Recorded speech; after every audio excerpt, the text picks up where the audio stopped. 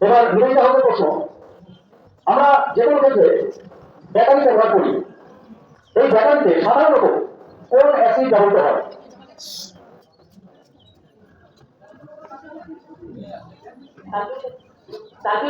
সঠিক উত্তর sulphuric acid. তাহলে আপনাদের নিবেদিতা হাউস 3 পয়েন্ট পেয়েছে। এবার গবেষণা হবে প্রশ্ন, আমরা প্রতি ক্ষেত্রে আমাদের এই যে দেখো ছাতার উপরে আমরা বিভিন্ন জিনিস দেখতে পাই, বই ইত্যাদি। প্রথম এই ছাতার যে মেশিন, প্রিন্টিং মেশিন, এর আবিষ্কার করেছিলেন। এমনকি তার নামে একটি বিশ্ববিদ্যালয় রয়েছে। মনে হচ্ছে প্রিন্টিং মেশিন